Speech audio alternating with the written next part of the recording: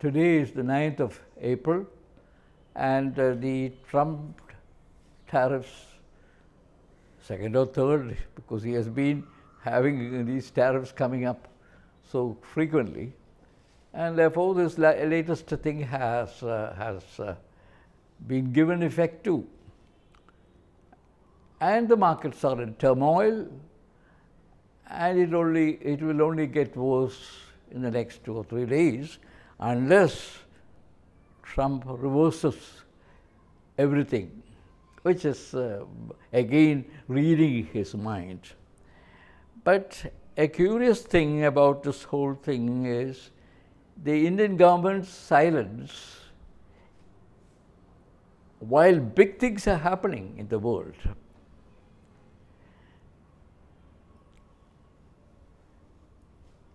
All the other countries, be it Japan or South Korea or Vietnam, have come out with their what they think about it. China, of course, has made everything very clear, and I don't have to repeat it. So, anyway, I thought I would give you some thoughts about the evolving situation. When I use the word evolving, it clearly implies that we have still many things to look at, many things that are going to happen, and it is certainly early days. But there are certain things coming up and certain things that are entirely predictable. And therefore, let me give you my thoughts on the subject. First, a little on the present. I can think of nowhere in history where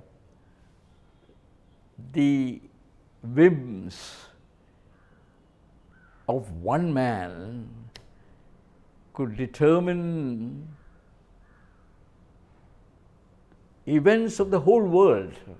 I can't think of that. All the markets and all the economies are trying to read President Trump's mind.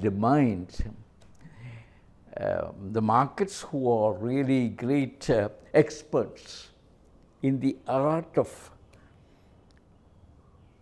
predicting a number of factors in the universe, because they have the hedge funds, they have the insurance against risk, they have a whole lot of instruments in themselves which should predict the risk. They are now facing a unique situation. Hitherto, they could factor in geopolitical risks, they could factor in risks like COVID, they could factor in a lot of things and still come out with their moves and counter moves. But now they are faced with a unique situation of reading a man's mind, one man's mind. And what he thinks determines the global economy's events. This is something that has never ever happened in history. Go back to Caligula, go back to Nero, go back to King Henry VIII. All these whimsical rulers still had a few advisors to calm them down. Some of them may have lost their heads, but then they had a few advisors to calm them down and to calm these people down. And there was an attempt at rationality, even in the worst of times. But here we have the whims of one man and the reading of his mind, which, if the past is any guide, shows that what his views and what his thinking is today is not going to be the same tomorrow. This has been the case. So that is how it is. And now, let me try and see what can be said of the future. There are certain things that are, clear that will happen. And it may not happen in a year. It may take it may take a little time, but that it will happen there is no doubt. One is global economy has to be built on predictability, stability. These two factors have to be there. You cannot make a virtue of instability and unpredictability and eccentricity and still build global economy, global trade, economic relations.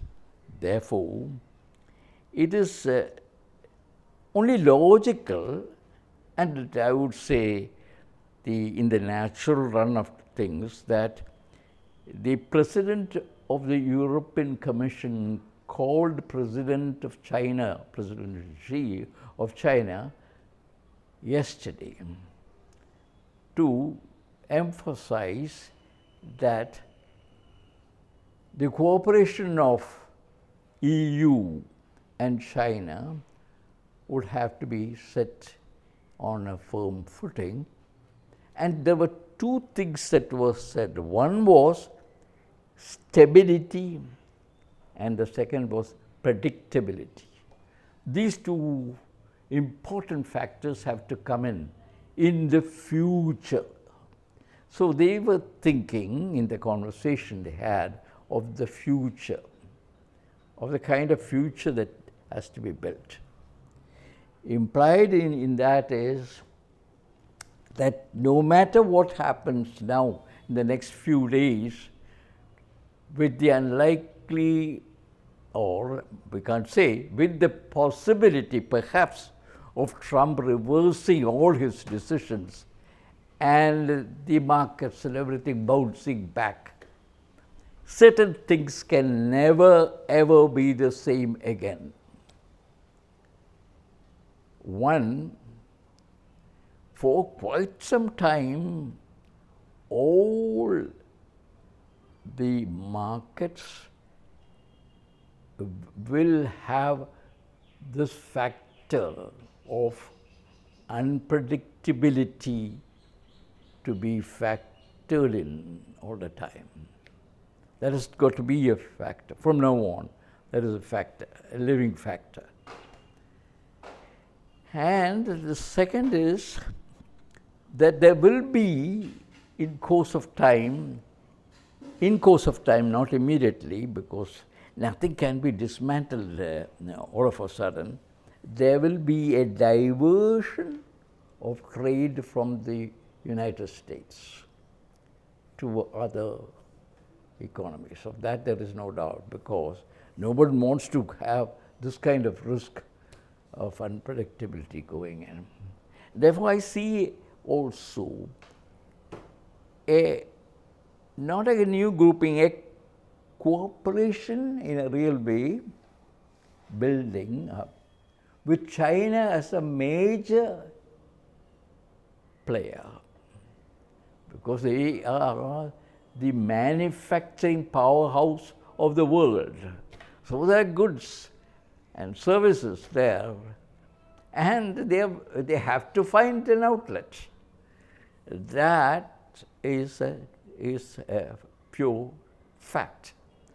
Therefore, there will be an architecture slowly be taking shape. China being main there, not one union or anything like that, but some kind of cooperation building up with certain rules of the game, because there can be no dumping of goods. And there won't be, I think, in these difficult times. People will formulate certain rules. China is the major player. EU, European Union, those countries They have tremendous amount of the economy. Remember, Germany, France, all the rest, all of them have goods and services to export and to import. And that being the nucleus, there will be other countries, Canada for example, there will be other countries slowly cooperating in course of time. The result is that perhaps Trump will get what he wants. America should produce everything for itself. Well, maybe America should try to produce everything itself. No one is going to be in a great hurry to sell to America. Not in the short run. In the short run, consumers will decide what they want. But international trade, global trade, cannot be the same again.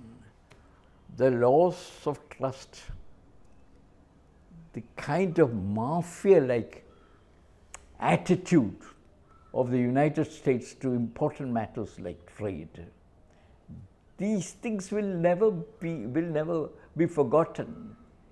Just the President Trump said in his Truth Social, which of course is not truth, just now leaders of Japan, South Korea have taken a plane to the United States to work out deals, and more than 60 countries are working out deals and things like that. This working out deals is typically a scene from The Godfather, mafia-like thing. These things cannot continue. This is for the short run. And you'll ask me what happens after Trump. Oh, after Trump, or even about, say, 50 years from now, just because a decent person comes and says, I am the President of the United States, and then now things are going to be different, and nothing is going to change. Countries will learn that the American behavior has been totally unpredictable. And whatever Trump has done, America has done. No way in which we can have a different situation, because where are the checks and balances which were supposed to be in the Constitution? How is it that one man decides without any restraint what he does, calling himself an emperor of sorts?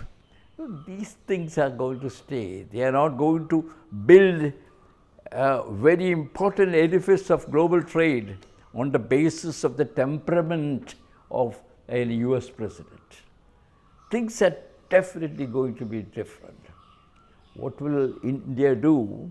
Well, let us hope that India will make the right choices at the right time. There's no way. In the short run, things may go on as of now. Nothing, I can't predict anything, because you're predicting the whims of one man who has been so eccentric in his behavior. But I certainly think that a new architecture is going to come for international trade. And that's it for today. Maybe I'll have to come back the next time when things are going to be really getting very, very awkward for everybody.